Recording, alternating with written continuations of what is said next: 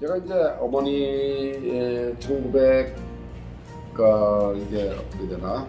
제가 제 어머니가 이제 돌아가신 어머니 얘기를 벌써 10번째 들려드리고 있는데, 제 외삼촌이 별내면 그 덕릉에서 이제 뭐랄까 지주 노릇을 하고 있을 때, 그때가 제 아버지가 이제 가평, 주문진, 그리고 이제 서울로 가족을 옮겨놓고 관동군 사령부가 있는 만주국 수도 봉천으로 딸 잃은 시름을 달래려 훌쩍 떠난 바로 그 시기입니다. 1938년 초쯤 되겠네요. 바로 해방 7년 전입니다. 먼저 말씀드렸다시피 제 외삼촌은 덕망 있고 인심이 좋은 지주는 아니었나 봅니다. 충북북에서는 이미 1935년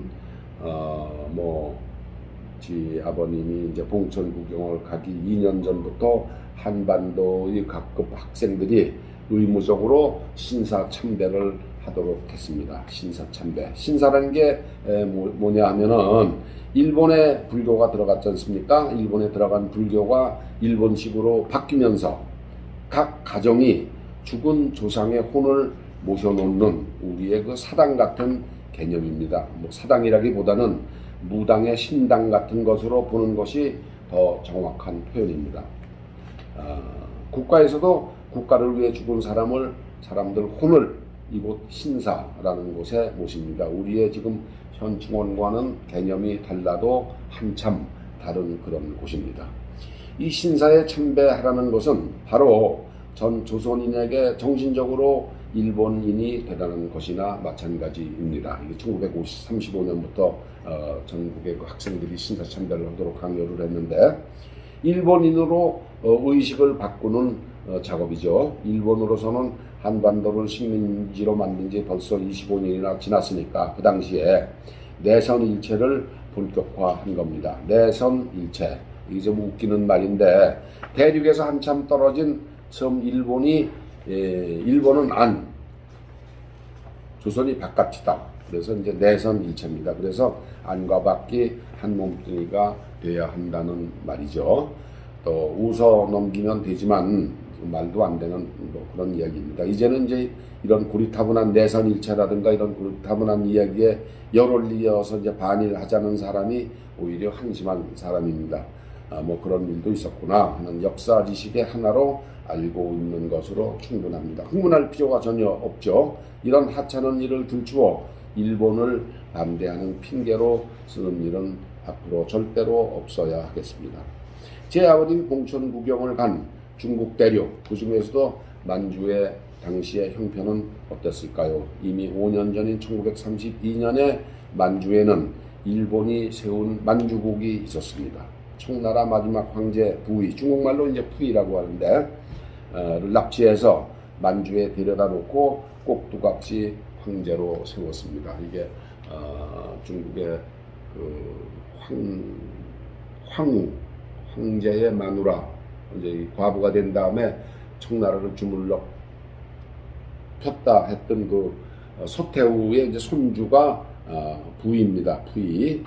부의를 데려다 놓고 만주국을 세운 거죠. 1932년에 이 만주국을 통치하기 위해서 설립한 군대가 관동군입니다. 총규모 관동군 규모가 80만 명, 일본 본토에 120만 명의 버금가는 규모입니다. 관동군은 형식상 일본 본토의 대본영, 대본영이라고 그러면 이제 국방부라기보다도 더 강력한 합동참모본부라고 할 수 있습니다. 그 대본영, 합동참모본부 같은 대본영의 지시를 받기는 했는데, 관동군이 모든 작전과 인사를 독자적으로 하는 독립된 군대입니다. 일본 본토에 일본 정규 육군사관이 있다면은 거기에 맞서서 관동군이 운영하는 관동군 사관학교도 있었습니다. 이 관동군 사관학교를 나왔다고 그래서 한국의 좌파들은 박정희, 백선엽, 또 포항제철을 세운 박태준 등을 친일파로 몰아세우고 있습니다. 여러분은 이 사실을 어떻게 생각하십니까? 그 당시에 일본 학교에서 일본인들로부터 배운 것은 그 자체가 신기이기 때문에 나쁘다. 오로지 무장투쟁하고 망명정부 활동을 해야만 그게 독립운동으로 한다면 참 무지하고 국가의 미래를 생각지 못하는 편협한 시각 아니겠습니까? 망명으로 일생을 보낸 초대 이승만 대통령조차도 정부를 수립한 후에 일본인 치하에서 배운 다수의 전문가들을 정부 관리로 기용했습니다. 이들의 힘이 오늘의 대한민국을 있게 한 주요 동력이 되기도 한 것입니다. 1932년 일본이 상해에서 국민당 정부를 상대로 분란을 일으켜 상해란이라고 그러나 만주국을 세운 후 많은 독립운동 단체는 점차 무장투쟁을 중단하고 소련이나 중국 대륙으로 피신했습니다. 초기에 관동군은 한인 무장단체와 교전을 하기는 했지만 제 아버님이 1938년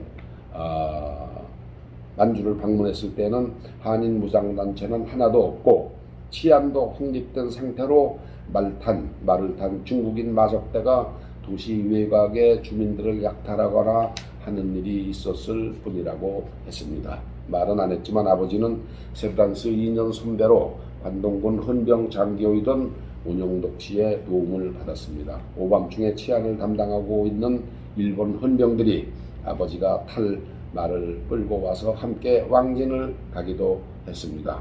중국인 식당에서 수거한 고기가 사람의 살, 즉 인육인지를 가려달라는 일도 있었다고 했습니다.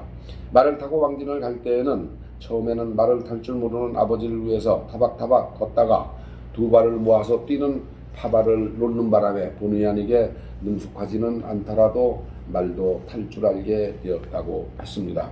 중국인들이 사람을 죽여 만두소로 쓴다는 말이 당시에도 공공연하게 떠돌았는데 사람 고기, 인육이라고 그러죠. 사람 고기는 돼지고기나 소고기보다도 엄청 짠맛이 나는 게 특징이라고 했습니다. 정작 사람을 죽였다고 의심받는 음식점, 중국인 음식점 주인에게서 압수한 만두속이 사람 고기인지 아닌지는 판별을 먹어봐야 할 텐데 판별할 수가 없었는데 일본 헌병들이 집 안팎을 샅샅이 뒤져서 죽은 사람이 입었던 옷가지 등을 찾아내면 그것을 증거로 재판에 넘겼다고 했습니다.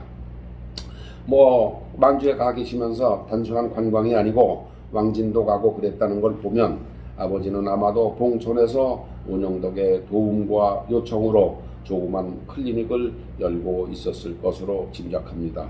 허벌판 만주에 의사가 있기나 했겠습니까? 하여튼 봉천은 조그만 언덕을 보기도 힘든 광활한 평야라고 합니다. 우리나라 김제나 황해도 연백은 명함도 못 내밀 정도라고 했습니다. 중국인들은 이제 나무로 만든 책상만 빼고는 세상의 모든 재료를 음식 재료로 쓴다는 그런 말이 있습니다. 여행하다 보면 여러분 세계를 여행하다 보면 어느 나라에 가거나 그곳 고유의 중국 음식을 맛볼 수가 있습니다. 한국의 짜장면 같은 그런 게 어느 나라에 다 있습니다. 중국인 고유의 아프리카에서조차도 중국 음식을 맛볼 수가 있습니다. 현지에서 나는 온갖 재료를 말 그대로 물불 안 가리고 다 갖다가 씁니다. 이런 사연을 아는지라 저는 미국 나가서는 좀처럼 중국 음식을 찾지 않습니다. 아버지는 봉천에서 혹독한 한 해 겨울을 났습니다. 사람들은 흔히 만주벌판의 추위를 오줌을 누면 곧바로 땅에 떨어지기 전에 얼음 기둥이 된다고 얘기를 하는데 그것까지는 아니고 땅에 떨어지면 땅에 오줌이 이렇게 퍼질 새가 없다고 합니다. 영하 40도에서 50도니까 대변은 아무리 급해도 감히 밖에서 볼 수가 없었다고 합니다. 변을 어떻게 뒤로 닦을 수가 없으니까 얼어붙어서 아버지는 이듬해 1939년 약 1년을 봉천에서 보내고 서울로 돌아왔습니다. 1년가량의 만주 여행은 중국을 알기에 충분하고도 넘쳤습니다.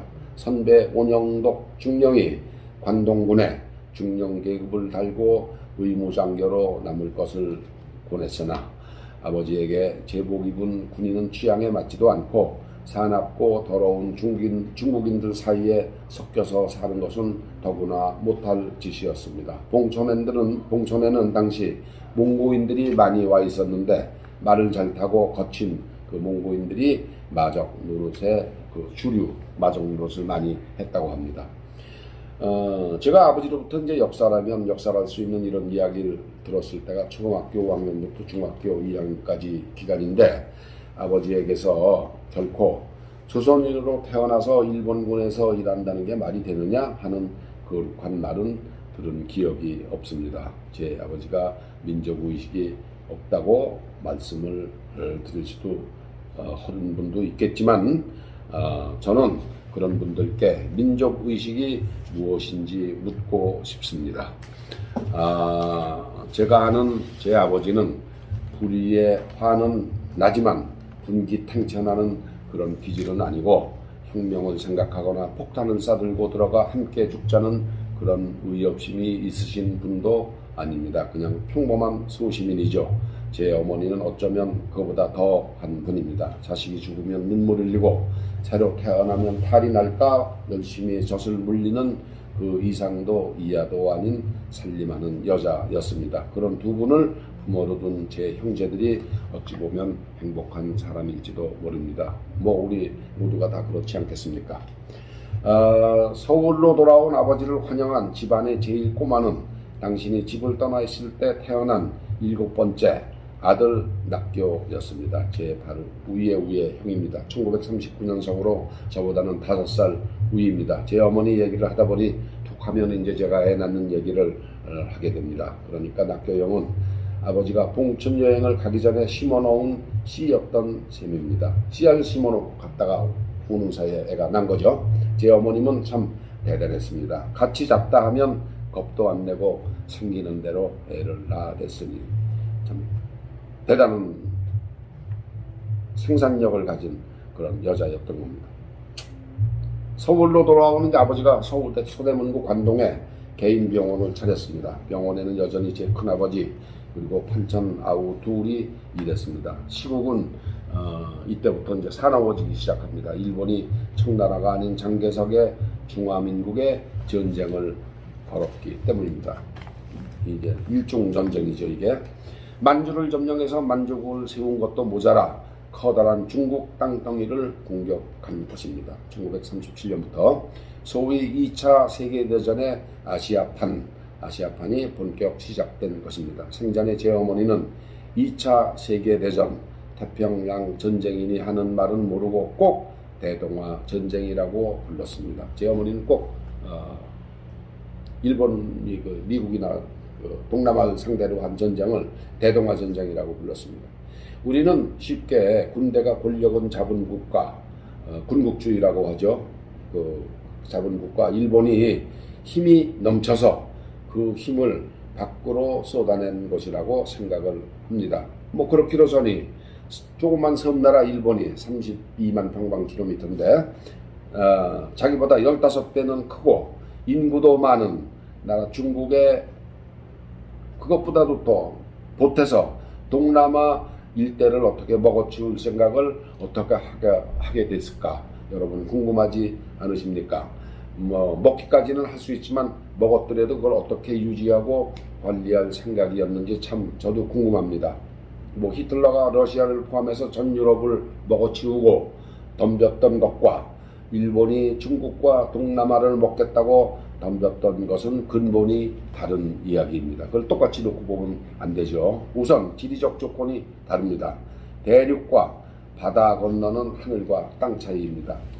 또 둘째는 인종 문제입니다. 유럽은 역사적으로 2000년을 두고 얽히고 설킨 어찌 보면 비슷비슷한 인종입니다. 종교도 큰 차이가 없고 문화적으로도 그 바탕이 같습니다. 일본과 동남아 국가는 동질성을 억지로 찾으려 해도 찾을 수 없는 각양각색입니다. 이걸 뭉뚱그려서 하나의 제국으로 만들겠다는 생각을 한 것 자체가 미치지 않고서는 할 수 없는 생각입니다. 그렇습니다. 당신의 일본의 지도자들은 미쳤던 겁니다. 전쟁에. 그렇게 중국과 싸움을 벌이고 곧 동남아로 진출합니다. 그리고 큰 저항 없이 동남아 대부분을 손에 넣습니다. 그리고 3년 후 1941년 12월 새벽에 미국의 하와이 진주만을 공격하며 태평양으로 전쟁터를 확대합니다.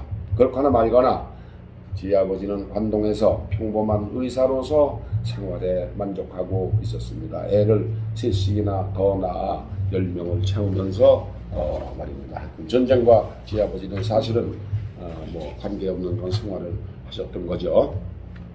다음 주에 뵙겠습니다.